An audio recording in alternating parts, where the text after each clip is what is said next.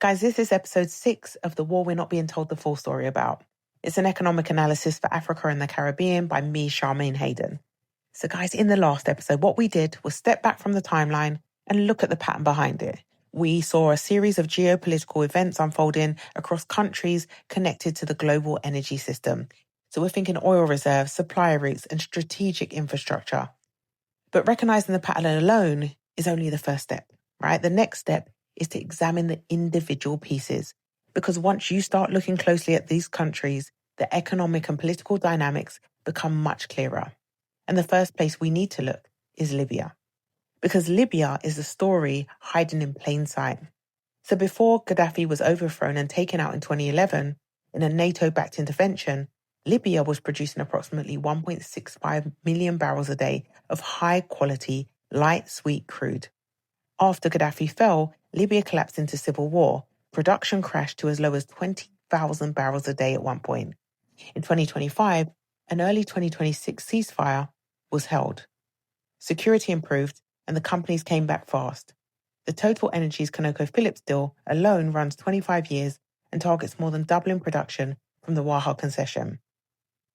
On February 3rd, 2026, Saif al-Islam Gaddafi, who was Gaddafi's most prominent son and the leading candidate for the April 2026 presidential elections, was allegedly assassinated at his home in Zintan. 4 masked gunmen were said to have stormed his compound after disabling security cameras. His guards had withdrawn from the area roughly 90 minutes earlier for reasons that remain unexplained, and he was shot 19 times. No claim of responsibility, no pursuit of the killers.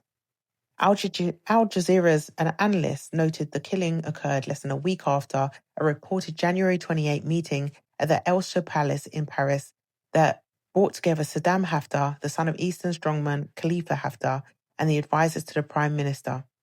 Thousands of Gaddafi loyalists attended the funeral in Bani Weld. He was the only figure analysts believed had enough cross-factional support to reunite the country and challenge Libya's power duopoly. The director of the Sadiq Institute told Al Jazeera that the immediate beneficiary of the killing was Haftar because Saif represented an alternative to the authoritarian model that Haftar had built. Polling in 2021 had placed Saif al-Islam as a leading candidate ahead of most other nominees. With him gone, the election, if it happens at all, will be contested between the same rival factions that have kept Libya divided since 2014. That division is what makes the oil deals possible. A unified Libya under Gaddafi heir might have renegotiated the terms. A divided Libya under Biba and Haftar will honour them. Russia's Foreign Intelligence Service, the SVR, alleged that France had been preparing operations to eliminate undesirable leaders in Africa. I include it because it exists in the public record, but I am telling you clearly that the source is adversarial and the claim has not been independently verified, okay? Just covering my back here, right? On the upside, Libya is producing above 1.5 billion BPD and targeting 2 million by 2028. Companies positioned in Libyan supply chains, logistics, oil field services, downstream processing, will all benefit from the largest oil expansion in a generation.